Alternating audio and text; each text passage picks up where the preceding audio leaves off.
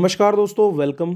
स्वागत है एक बार फिर से आप सभी का आरएस जंक्शन पर। मैं हूं घनश्याम और आरएस 2018 के मामले में होने वाली सुनवाई के बारे में थोड़ी सी जानकारी देने के लिए वीडियो बनाया है। तो दोस्तों, आज 17 फरवरी है और आज आरएस 2018 का जो रिजल्ट है उसको लेकर के और उसके जो इंटरव्यूज़ हैं उनको लेकर के हाई कोर्ट की जो खंडपीठ है उसमें सुनवाई होगी, जिसके लिए आरपीएससी ने अपील दायर की थी हाल ही में। तो चलिए, क्या है पूरा मामला, इसके बारे में थोड़ी सी जानकारी हम ले लेते हैं और क्या इसके संभावित परिणाम रह सकते हैं उन पर भी हम बात कर लेते हैं। तो आरएस भर्ती 2018 का मुख्य परिणाम, इसको लेकर के कि मुख्य परिणाम को कैसे जारी किया जाए, क्या उस पर रोक लगी रहेगी, पिछला जो आदेश आया रद्द करने का उसको लेकर के क्या अब हमारा खंडपीठ कहने वाला है, वही हमारा मुद्दा है। मामला क्या है उसको हम समझते हैं। दोस्तों, पिछली परीक्षा के आधार पर 9 जुलाई 2020 को जो है मुख्य परीक्षा का परिणाम जारी हुआ। 25 और 26 जून 2019 को ये परीक्षा हुई थी और लंबे समय बाद इस परिणाम को जारी किया गया। इस परिणाम में कुल 1953 छात्रों को उत्तीर्ण घोषित किया गया था, टीएसपी और नॉन टीएसपी में मिला करके। इसके बाद एक बहुत सी याचिकाएं इसके अंतर्गत लगाई गई, जिसमें दो तरह की याचिकाएं हैं। दरअसल 9 जून 2020 को आरपीएससी ने अपने जो आरएस संबंधित जो रूल्स हैं 1999 वाले, उनमें संशोधन किया था और उस संशोधन के माध्यम से जो रूल 15 है उसको चेंज किया गया था। और उस रूल 15 को चेंज करके जो मुख्य परीक्षा में शामिल किए जाने वाले अभ्यर्थी थे, उन अभ्यर्थियों को लेकर के एक कट ऑफ के बारे में विश्लेषण जारी किया था और कहा था कि आरपीएससी जो है क्या करेगी, प्रीलिम्स एग्ज़ाम के बाद में संबंधित जितने भी टोटल पद हैं उन पदों पर 15 गुना अभ्यर्थियों को बुलाएगी। इन 15 गुना अभ्यर्थियों में सभी वर्गों के अभ्यर्थी सम्मिलित होंगे। वो कट ऑफ एक जारी कर दी जाएगी और उसके बाद आरपीएससी ये देखेगी कि क्या इन 15 गुना अभ्यर्थियों में हर एक कैटेगरी का जो रिजर्वेशन है उसके अनुपात में 15 गुना अभ्यर्थी आ गए हैं या नहीं आए। मतलब कि अगर मान लीजिए 1000 पद हैं और उनमें एससी कैटेगरी के 100 पद हैं, तो ऐसे में क्या इस सामान्य कट ऑफ में, जनरल कट ऑफ में एससी के 100 पदों पर 1500 अभ्यर्थी आ चुके हैं या नहीं आए हैं। अगर नहीं आते हैं तो ऐसी स्थिति में उसकी थोड़ी लोअर कट ऑफ जारी करके और उन्हें 15 गुना किया जाएगा। इसके बाद में जो लोअर कट ऑफ में पास होने वाले जो जितने भी अभ्यर्थी होंगे, वे आगे मुख्य परीक्षा और इंटरव्यू में संबंधित जो वर्ग होगा उसी में चयन के योग्य होंगे। वे जनरल के पदों पर नहीं चुने जाएंगे। जबकि जो जनरल से ऊपर के पदों में है, जिन्होंने जनरल कट ऑफ पार की है, चाहे वो किसी भी कैटेगरी का हो, वो फिर आगे चल करके जनरल की पदों पर भी फाइट यहाँ पर कर सकता है। इस तरह का मामला उसमें दिया गया था। तो एक तो उस मुद्दे को लेकर के, और दूसरा इस बार जो 1953 अभ्यर्थी पास किए गए तो उसको लेकर के ये कहा गया कि आरपीएससी को 2 गुने अभ्यर्थी जो है पास करने चाहिए थे, अभ्यर्थी कम पास किए गए हैं। तो ये दोनों मुद्दे लेकर के, और कविता गोदारा, राजेश कुमार पिपलोदा, ऐसे बहुत से लोगों ने यहाँ पर याचिकाएं दायर की थी।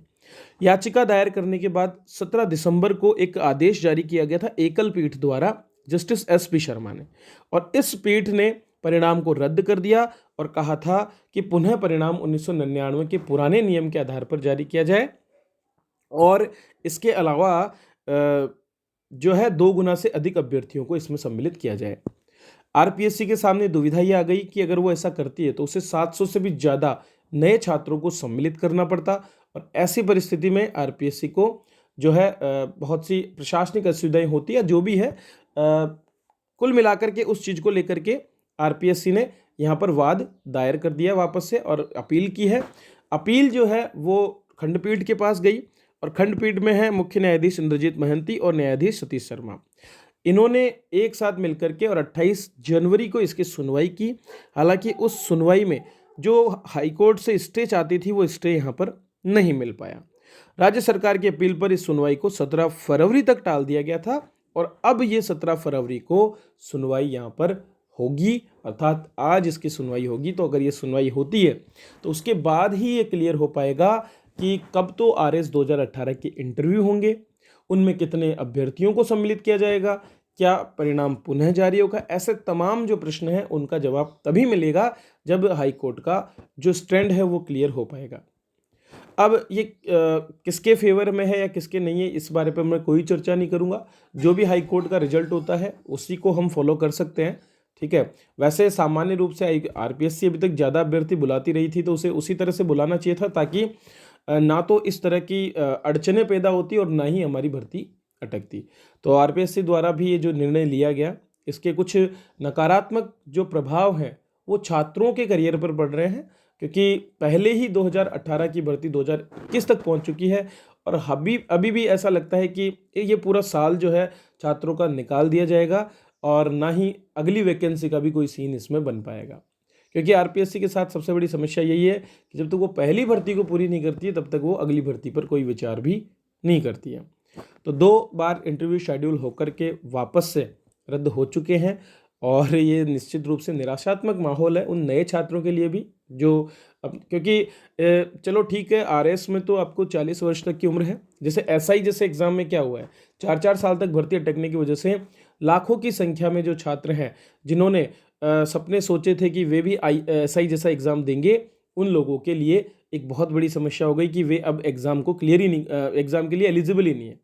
क्योंकि जो कट ऑफ डेट दिए 1 फरवरी 2022, उस डेट को खास करके जनरल के छात्रों के लिए, क्योंकि कई जनरल के ऐसे छात्र हैं जो 25 वर्ष से ऊपर की आयु इसलिए क्रॉस कर गए क्योंकि जब पिछला एग्ज़ाम आया तब वो उन्होंने 21 वर्ष की आयु में एग्ज़ाम दिया था और अब जो एग्ज़ाम आया वो 4 साल बाद है, तो वो ऑटोमेटिकली 25 साल से ऊपर हो चुके हैं। तो ये एक बहुत बड़ी दुविधा यहाँ पर आ गई है और ऐसे ही दुविधा आरएस के साथ भी होती है यदि इसकी कट ऑफ, इसका जो एज ग्रुप है वो 40 वर्ष तक नहीं होता। लेकिन उसमें भी क्या हो रहा है कि अब 3 से 4 साल में यदि कोई वैकेंसी पूरी होती है तो एक छात्र को आरएस जैसा एग्ज़ाम देने के लिए मुश्किल से 4 या 5 चांस ही मिल पाते हैं। जिन्होंने 2013 का दिया, 2016 का दिया और 2018 का दिया, वे जान सकते हैं कि पिछले 10 सालों में वो केवल 3 ही एग्ज़ाम दे पाए। तो ऐसे में कोई व्यक्ति केवल 3 अटेम्प्ट के लिए तो 10 साल नहीं लगा रह सकता। उसके बाद कहीं न कहीं कुछ अभ्यर्थी अपनी पढ़ाई को छोड़ ही देते हैं। तो चलिए क्या रिजल्ट रहता है ये तो हम देखेंगे। बाकी आप अपनी पढ़ाई में लगे रहें, मैं तो यही कहूँगा। और एसआई की अगर आप तैयारी कर रहे हैं तो हमसे जुड़ सकते हैं हमारी एप्लीकेशन आरएस जंक्शन पर। डेली करंट अफेयर्स भी हमारे आ रहे हैं आपके लिए, तो डेली करंट अफेयर्स का जो डोज़ है उसको लेते रहें। उसके लिए आप इस चैनल को सब्सक्राइब कर लें और हमारे साथ बनकर अपनी तैयारी को आगे बढ़ाते रहें। वीडियो देखने के लिए आप सभी का बहुत बहुत धन्यवाद।